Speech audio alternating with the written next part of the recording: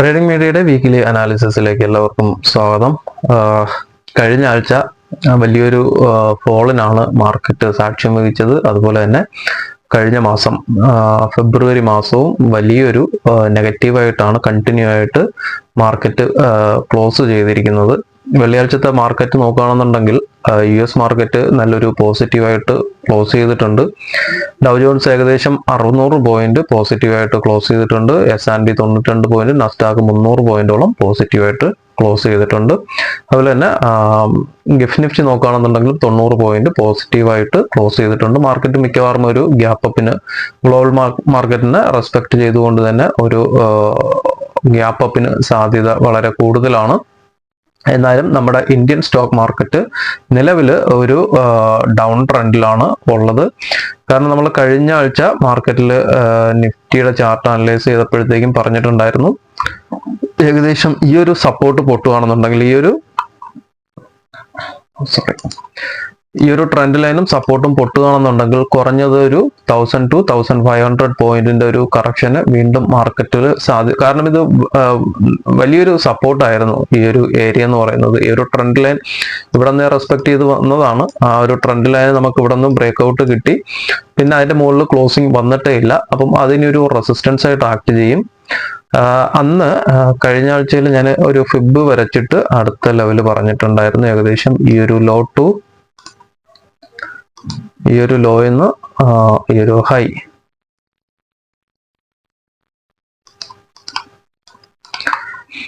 അപ്പോൾ അടുത്തൊരു 66.618 വരയ്ക്കും മാർക്കറ്റ് ഇറങ്ങി വരാനുള്ള ഒരു സാധ്യത ഉണ്ട്. അവിടെ ഒരു സ്ട്രോങ് ഒരു സപ്പോർട്ട് കിട്ടും മാർക്കറ്റിൽ. ഈ ഒരു ഏരിയ എന്ന് പറയുന്നത് ഇതാണ് അടുത്തൊരു സപ്പോർട്ട് കിട്ടാൻ സാധ്യതയുള്ളത്. ഇതൊരു സപ്പോർട്ട് എന്ന് പറയുമ്പോഴത്തേക്ക് മാർക്കറ്റ് ഇവിടെ നിന്ന് റിവേഴ്സ് പോകണമെന്നില്ല. മാർക്കറ്റ് ചിലപ്പം ഇവിടെ നിന്ന് ഒരു നല്ലൊരു സപ്പോർട്ട് കിട്ടാൻ സാധ്യതയുണ്ട്. അത് ബ്രേക്ക് ഔട്ട് കിട്ടുകയാണെങ്കിൽ വീണ്ടും താഴോട്ട് പോയേക്കും. എന്നിരുന്നാലും അടുത്ത് മാർക്കറ്റിലൊരു സപ്പോർട്ട് പ്രതീക്ഷിക്കാൻ പറ്റുന്ന ഏരിയ ആണ് ഇത്. 21,672 മുതൽ 21,774 വരയ്ക്കും. കാരണം അവിടെ നമുക്ക് പലവട്ടം സപ്പോർട്ട് കിട്ടിയിട്ടുള്ളതാണ് മാർക്കറ്റിൽ. ഏകദേശം നമ്മുടെ റിസൾട്ട് വരുന്ന സമയത്ത് ഡേ വിക്ക് താഴോട്ട് പോയെങ്കിലും നെക്സ്റ്റ് ഡേയിൽ താഴെ വന്ന് അവിടുന്ന് ഈ ഒരു ഏരിയയിൽ നിന്നാണ് സപ്പോർട്ട് എടുത്ത് തിരിച്ച് കയറിയിരിക്കുന്നത്. റിസൾട്ട് വന്നതിന്റെ തൊട്ടടുത്ത ദിവസം. അതിന് മുന്നേ പലവട്ടം നമുക്കിവിടെ സ്ട്രോങ് റെസിസ്റ്റൻസ് കിട്ടിയിട്ടുണ്ട്. അത് ബ്രേക്ക് ഔട്ട് കിട്ടുകയാണെങ്കിൽ ഇവിടെയും മാർക്കറ്റിന് ഒരു സപ്പോർട്ട് കിട്ടിയില്ല എന്നുണ്ടെങ്കിൽ, കാരണം നമ്മൾ ഈ ഒരു ഓൾ ടൈം ഹൈ എന്ന് മാർക്കറ്റ് താഴോട്ട് വരാൻ സമയത്ത് ഒരു 5% നമ്മളൊരു കറക്ഷൻ പ്രതീക്ഷിച്ചതാണ്. പക്ഷേ ആ ഒരു 5% കറക്ഷൻ കഴിഞ്ഞ് 10 ആയി 12 ആയി അതിങ്ങനെ വീണ്ടും താഴോട്ട് വന്നുകൊണ്ടിരിക്കുകയാണ്. അപ്പൊ താഴോട്ട് വരികയാണെന്നുണ്ടെങ്കിൽ പിന്നെ കിട്ടാൻ സാധ്യതയുള്ള ഒരു 0.786 ഫിബ് നോക്കുകയാണെന്നുണ്ടെങ്കിൽ 20,431 അടുത്തൊരു സപ്പോർട്ട് കാണുന്നത്. ഈ ഒരു ഏരിയയിലായിരിക്കും അടുത്ത് ഒരു സപ്പോർട്ട്. അങ്ങനെയാണെങ്കിൽ മാർക്കറ്റ് വലിയൊരു ഫോളിലോട്ട് വീണ്ടും പോകും. 20,450 530 ആ ഒരു ഏരിയ ആണ് നമുക്ക് ഒരു അടുത്തൊരു സപ്പോർട്ട് കിട്ടുകയാണെന്നുണ്ടെങ്കിൽ വരിക. ഇവിടെ നിന്ന് ബ്രേക്ക് ഔട്ട് കിട്ടുകയാണെന്നുണ്ടെങ്കിൽ, ഈ ഒരു ഏരിയ ബ്രേക്ക് ഔട്ട് കിട്ടുകയാണെന്നുണ്ടെങ്കിൽ ഇവിടെ ഇതുവരയ്ക്കും മാർക്കറ്റ് ഇറങ്ങി വരാനുള്ള സാധ്യതയുണ്ട്. എന്നാലും ഇതുവരെയൊക്കെ വരാതെ മാർക്കറ്റ് തിരിച്ചു കയറി പോകാൻ ശ്രമിക്കുമെന്നാണ് തോന്നുന്നത്. അല്ലെങ്കിൽ നമുക്ക് അങ്ങനെ ആഗ്രഹിച്ചേ പറ്റത്തുള്ളൂ. കാരണം ഒരുപാട് പേര് സ്റ്റോക്കുകൾ ഓൾ ടൈം ഹൈയിൽ വെച്ചിട്ടൊക്കെ ബൈ ചെയ്തവരൊക്കെ ഉണ്ട്. ഒരുപാട് സ്റ്റോക്ക് വാങ്ങിച്ചവരും SIP ചെയ്യുന്നവരും ഒക്കെ എല്ലാം നല്ല ലോസിലാണ്. മാർക്കറ്റ് തിരിച്ചു കയറണം എന്ന് തന്നെയാണ് എല്ലാവരുടെയും ആഗ്രഹം. എങ്കിലും ഈ ഒരു കറക്ഷൻ എവിടെ പോയി നിൽക്കുമെന്ന് ഒരു പിടിയുമില്ല. എന്തായാലും നമ്മൾ ഇൻട്രാഡേ ചെയ്യുന്നവർ കഴിയുന്നതും ഓവർനൈറ്റ് പൊസിഷൻസ് ഒന്നും ഹോൾഡ് ചെയ്യാണ്ടിരിക്കുക. കാരണം എവിടെ നിന്ന് വേണമെങ്കിൽ നമുക്കൊരു റിവേഴ്സ് കിട്ടും. അല്ല ചിലപ്പോൾ ഇങ്ങനെ പൊട്ടി വീഴാണെന്നുണ്ടെങ്കിൽ, ഇതിപ്പം ഇന്ന് തന്നെ നോക്കുകയാണെന്നുണ്ടെങ്കിൽ വെള്ളിയാഴ്ച ഇന്ത്യൻ സ്റ്റോക്ക് മാർക്കറ്റ് ക്ലോസ് ചെയ്തിരിക്കുന്ന വലിയൊരു നെഗറ്റീവിലാണ്. 400 പോയിന്റിന് മുകളിൽ കറക്ഷൻ ഉണ്ടായിട്ടുണ്ട്. പക്ഷേ ഇപ്പം ഗ്ലോബൽ മാർക്കറ്റ് നോക്കുകയാണെന്നുണ്ടെങ്കിൽ നല്ലൊരു പോസിറ്റീവ് ആണ്. അപ്പൊ നേരെ ഓപ്പോസിറ്റ് ആയിരിക്കും ഒരു ഓപ്പണിംഗ് ഒക്കെ വരിക. അപ്പോൾ നമ്മൾ ഇന്ന് മുതൽ നിഫ്റ്റിയോടൊപ്പം തന്നെ കഴിഞ്ഞ മാസം കുറേ പേര് ഇങ്ങനെ ഇടയ്ക്ക് വെച്ചൊക്കെയാണ് പറഞ്ഞത്. അപ്പം മാർച്ച് 1 തൊട്ട് ചെയ്യാമെന്ന് പറഞ്ഞിട്ടുണ്ടായിരുന്നു. സെൻസെക്സ് കൂടെ നമ്മൾ ഉൾപ്പെടുത്തിയിട്ടുണ്ട്. ഞാൻ സെൻസെക്സ് ചാർട്ട് നോക്കാറില്ല, പുതിയതായിട്ടാണ് ഇപ്പം ഇതിൽ നമ്മൾ ഉൾപ്പെടുത്തുന്നത്. അതുകൊണ്ട് തന്നെ എത്രത്തോളം വർക്കാവുമെന്ന് അറിയില്ല.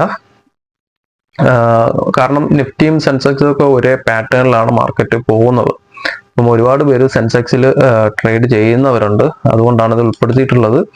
എങ്കിലും എൻ്റെതായിട്ടുള്ള രീതിയിലാണ് ലെവൽസ് ഞാൻ വരയ്ക്കുന്നത്. ലെവൽസ് റെസ്പെക്ട് ചെയ്യുമോ ഇല്ലോ എന്നറിയില്ല. നിങ്ങളുടെ അനലൈസ് കൂടെ നോക്കിയിട്ട് വേണം ഇതിലുള്ള സെൻസെക്സിലുള്ള ലെവൽസ് ഒന്ന് കൺസിഡർ ചെയ്യാൻ വേണ്ടിയിട്ട്. നമുക്കപ്പം സെൻസെക്സിന്റെ ഡേ ചാർട്ട് കൂടെ നോക്കാം. സെൻസെക്സിലും നേരത്തെ പറഞ്ഞ ആ ഒരു ലെവൽ തന്നെയാണ്, സെയിം പാറ്റേൺ ആണ്. സെൻസെക്സിലും നിഫ്റ്റിയിലും സെയിം പാറ്റേൺ ആണ് വരുന്നത്. ഇതിലും ഞാൻ സെയിം ഫിബ് വരച്ചിട്ടുണ്ട്. ഇതിൽ അടുത്തൊരു സ്ട്രോങ് സപ്പോർട്ട് കിട്ടാൻ സാധ്യതയുള്ള ഒരു ഏരിയ എന്ന് പറയുന്നത് 71,726 വരുന്ന ആ ഒരു ഏരിയ ആണ്. സെയിം നമുക്ക് ഇലക്ഷൻ റിസൾട്ട് വന്നതിന്റെ തൊട്ടടുത്ത ദിവസം സപ്പോർട്ട് കിട്ടിയിട്ടുള്ള ഒരു ഏരിയ ആണ് ഈ ഏരിയ. സെയിം നിഫ്റ്റിയിൽ വന്നിട്ടുള്ള അതേ സപ്പോർട്ട് തന്നെയാണ് ഇവിടെ വന്നിട്ടുള്ളത്. അപ്പം താഴോട്ട് വരികയാണെന്നുണ്ടെങ്കിൽ ഇവിടെ ഒരു സ്ട്രോങ് സപ്പോർട്ട് സെൻസെക്സിന് കിട്ടും. 71,997, 71,734 വരുന്ന റേഞ്ചാണ്. തിരിച്ച് കയറുകയാണെന്നുണ്ടെങ്കിൽ ഈ ഒരു ഏരിയ, മാർക്കറ്റ് തിരിച്ച് കയറിയാലും ഈ ഒരു ഏരിയയിൽ 2 ഗ്യാപ്പ് വന്നിട്ടുണ്ട്. ഇവിടെ ഒരു ഗ്യാപ്പ് ഫില്ലിങ്ങിനോ അല്ലെങ്കിൽ ഈ ഒരു ഏരിയ നമുക്കിവിടെ കഴിഞ്ഞ ഒരു 3 ദിവസം അവിടെ മാർക്കറ്റ് ഒരു സസ്റ്റെയിൻ ചെയ്ത ഒരു ഏരിയ ആണ്, ഒരു കൺസോളിഡേറ്റ് ചെയ്ത ഏരിയ ആണ്. ഏകദേശം 74,580 3 ദിവസം അവിടെ നിഫ്റ്റിയിലും സെൻസെക്സിലും ഒരു സൈഡ് വൈസ് മാർക്കറ്റ് പോയിട്ടാണ്. അപ്പോൾ ഇവിടെ തിരിച്ചു വരുമ്പോഴത്തേക്കും ഇത് ഇനിയൊരു റെസിസ്റ്റൻസ് ആയിട്ട് ആക്ട് ചെയ്യാൻ സാധ്യത വളരെ കൂടുതലാണ്. നമുക്ക് ഡേറ്റ നോക്കാം.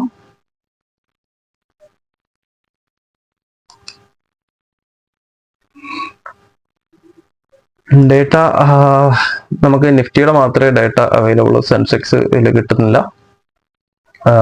FIS ഓപ്പൺ ഇൻട്രസ്റ്റ് നോക്കുകയാണെന്നുണ്ടെങ്കിൽ FIS ഏകദേശം 2.44 lakh quantity put option buying ആണ്. Call option 63,259 quantity call option buying ആണ്. രണ്ടും ബൈയിങ് ആണ്. പ്രോ നോക്കുകയാണെന്നുണ്ടെങ്കിൽ 1.35 lakh quantity put option buying, 46,212 quantity call option buying. FISഉം പ്രോയും സെയിം ആണ്, രണ്ട് സൈഡും ബൈയിങ് ആണ് ചെയ്തിരിക്കുന്നത്.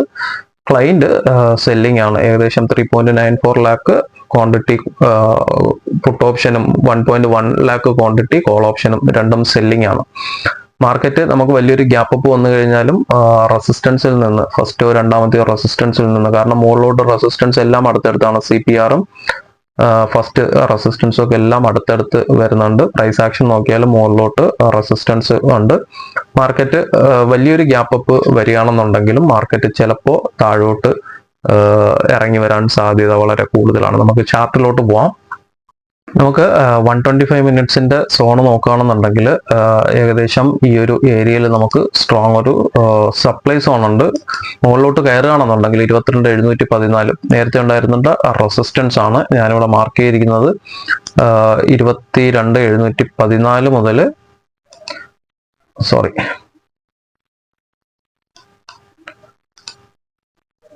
22,714 മുതൽ 22,826 വരയ്ക്കും സപ്ലൈ സോൺ ഉണ്ട്.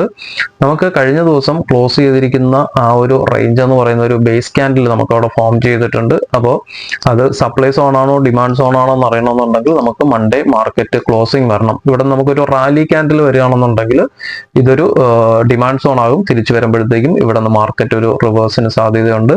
അല്ല കണ്ടിന്യൂ താഴെയാണ് ഒരു റാലി ഡ്രോപ്പ് ക്യാൻഡിലിൽ ക്ലോസിംഗ് വരുന്നതെങ്കിൽ ഇത് കണ്ടിന്യൂഷൻ പാറ്റേൺ ആയിരിക്കും. താഴോട്ട് ഒരു ഡൗൺ ട്രെൻഡ്, ഇതൊരു സപ്ലൈ സോൺ ആയിട്ട് ആക്ട് ചെയ്യും.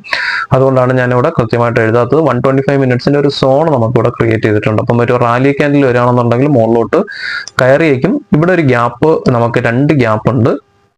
ഇവിടെ മൊത്തം നമുക്ക് ഇതൊന്നും കൺസിഡർ ചെയ്യാൻ പറ്റത്തില്ല, കാരണം ഏകദേശം 2, 4, 6, 8, 9 ബേസ് ക്യാൻഡിൽ വന്നിട്ടുണ്ട്. അപ്പം ഇവിടുത്തെ സോണ് സ്ട്രെങ്ത് കുറവാണ്. അതുകൊണ്ടാണ് ഞാൻ മുകളിലുള്ള 125 മിനിറ്റ്സിന്റെ സോണ് എടുത്തിരിക്കുന്നത്. ലോങ്ങിന് വേണ്ടിയിട്ടാണിത്.